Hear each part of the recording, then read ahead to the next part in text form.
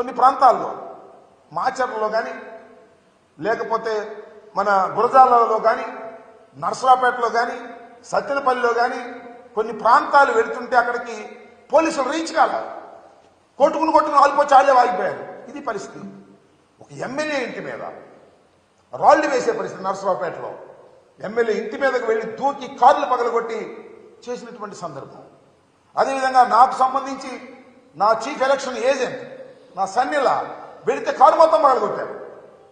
Complaint చేస్తే పోలీసులు రారు, కేసు రిజిస్టర్ చేశారు. దీనికి పోటీగా మనం కేసు రిజిస్టర్ చేయాలని ఒత్తిడి చేస్తూనే దర్జీ చేయాలనుకుంటున్నారు. ఎందుకంటే ఆ కారు అద్దాలు బయలుపోయినాయి కదా, మాలుడు కంప్లైంట్ ఇచ్చాడు కదా. మాలుడు కంప్లైంట్ ఇస్తే వాళ్ళు కూడా మా ఇంకో కంప్లైంట్ ఇచ్చి వాళ్ళు తీసుకోమంటున్నారు.